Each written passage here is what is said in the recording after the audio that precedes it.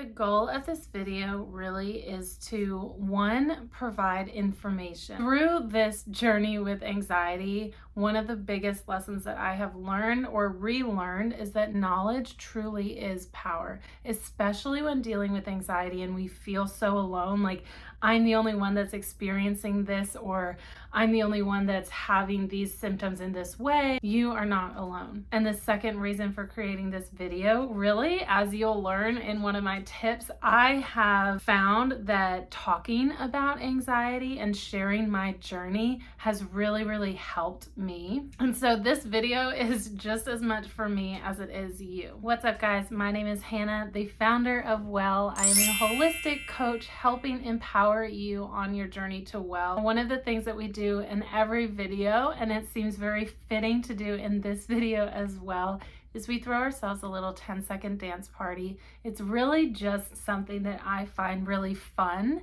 and it helps kind of activate our system to get ready to sit down and learn and take in information. But in this instance, with talking about anxiety and panic attacks and mental health awareness, creating some movement in our bodies creates physiological changes and stimulates hormones and neural pathways in our bodies and our brains. So I hope that you find this little dance party beneficial. You can throw yourself a dance party whenever you want. Just remember that. All right, let's go.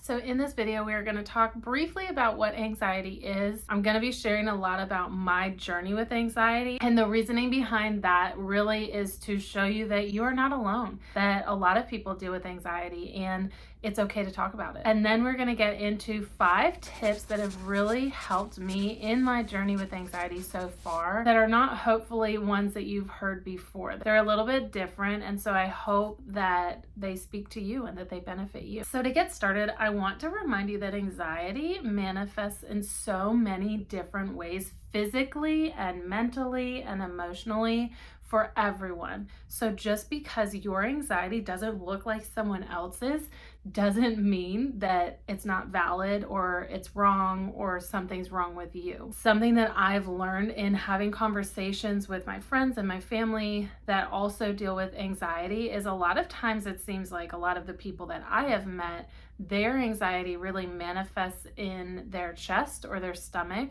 For me, my anxiety is all in my head and in my eyes. When I start to have a panic attack or when I feel anxious, I start to feel really dizzy and like I can't track things with my eyes very well. So that's just a really simple example, but I really just want to emphasize that your journey is your journey and there's nothing wrong with you and you will be okay. I'm laughing because I have to tell myself that physically out loud when I'm having a panic attack or if I'm experiencing anxiety. I will literally tell myself, I will be okay. I am okay. I am safe. So my journey with anxiety, this is a very odd thing to be recording. I've had a lot of conversations with friends and family, and I've even created some social media content on Reels and TikTok. You can follow me on social media. Part of my journey is really just putting the realness out there because I think that so often we get overwhelmed and allow ourselves to feel so alone because everyone on social media is putting the best version of themselves out there. So I'm here to talk about the real life, to talk about the things that we often feel shameful or guilty around and show you that we don't need to feel shame or guilt around them. This is truly just part of being human. So all of that, that was a little squirrel, but all of that said, because it does feel a little bit weird to be recording this, so bear with me. So my journey with anxiety, I mean, looking back now in retrospect, I can pinpoint a few times in my life where I was like, oh yeah, I was definitely feeling anxious there and I just didn't know what to label it. But I would say specifically my like big journey with anxiety and panic attacks started about maybe 5 or 6 months ago. And oftentimes from my experience, I think that anxiety can be kind of triggered from an event, and this event can be a small event or a big event. Again, there's no comparison. We're not competing here saying like, oh yeah, my anxiety is worse because it was triggered by this huge event or whatever, right? In my case, my anxiety was triggered from a pretty big event. I recently had gotten out of a 6-year relationship, and really during a very formative time of my life. Like, we got together in my early 20s and now I'm in my late 20s. And your 20s is a huge growth period in your life. And so I don't know, that's what I kind of attribute my trigger from. Although with that said, we can't always label or define or find the reason that our anxiety is triggered. And let me remind you that that is okay. You don't have to always figure out what triggered you or figure out why you're feeling anxious in a certain moment. That again is something that I've learned on my journey, is that just sitting and being okay and saying, okay, I'm feeling anxious right now. I don't really know why I'm feeling anxious right now. I'm not sure, because I know that I'm safe or I'm with people that I feel comfortable with. That's okay. We don't always have to have an answer. We can just choose to sit with it, just to be with it. And when we're able to accept and not judge ourselves for these feelings, I personally have found that my anxiety is alleviated. So for me, the biggest thing, and maybe this has happened to you and that's why I'm sharing my journey, but I was triggered and I had a panic attack. And it was the first panic attack I've had in my entire life that I recognized and was able to name. And I started feeling really dizzy. I started feeling like I was almost gonna black out. You know, when you stand up too fast and like everything starts getting dark, that was me. And I actually got really cold, which is interesting because my second biggest panic attack, I got really hot and sweaty. So I don't really know what to label that there.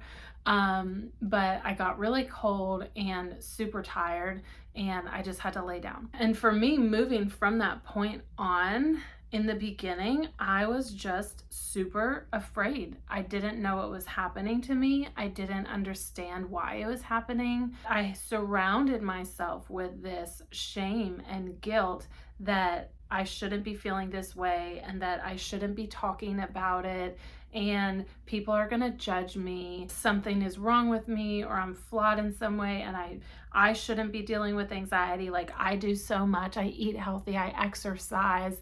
I would be the last person that should be dealing with anxiety. And that, of course, spirals me down into feeling more anxious and having more panic attacks. So 5 tips that I have found that have really helped me along the way, and I'll continue to interweave my journey in these tips, different from what we normally hear helps with anxiety, like breath work, like exercising, moving our bodies, which those are all really good things and I don't want to discount them. So if you are someone that's new on this journey or you haven't tried some of these techniques before, let's have a conversation, let's chat, because they really have helped me as well. But I wanted to try to make this video unique and hopefully give you some new ideas that maybe you haven't considered before. So number 1 is meditation. Likely you've heard about it.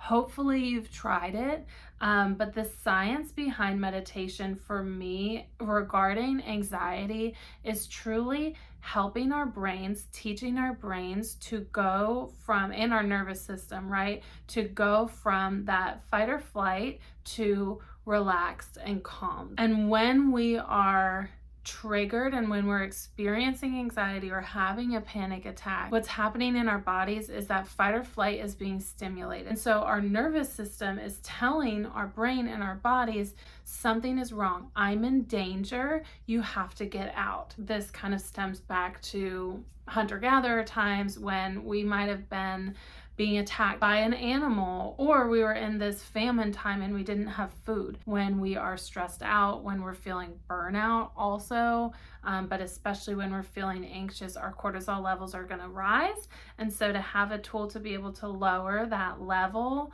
is really, really powerful. And this is something that I was meditating this morning and reflecting on that's really cool, is that this is a slow progression. Like for me, especially in the beginning, it would help me for the moment to meditate. Like if I was having a panic attack, I would literally just put on this specific meditation. I'll link it down below for you.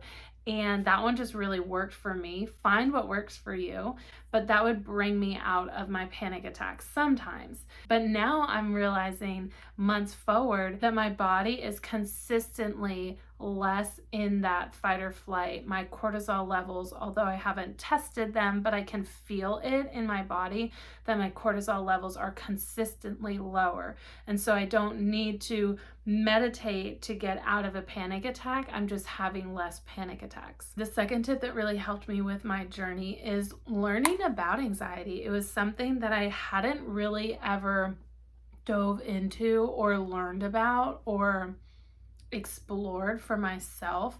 So literally Googling, like, what are the symptoms of anxiety, listening to other people talk about their journey with anxiety and what helps them. For me, it really helped normalize my experience and what was happening. When we're able to learn that we're not the only one that's going through a situation, I think that it really is beneficial. And that leads to number 3, which is being able to talk about my anxiety. Like I mentioned in the beginning of this video, part of the reason I'm creating this video is for myself. But being able to talk about anxiety and being able to explore your feelings in a safe environment with safe people is really, really helpful. So some options here are, number 1, I highly recommend going to a therapist, talking to someone that is trained. There are so many dang benefits about therapy. I could go on and on, but actually a little bit of a plug for later this month. I am collaborating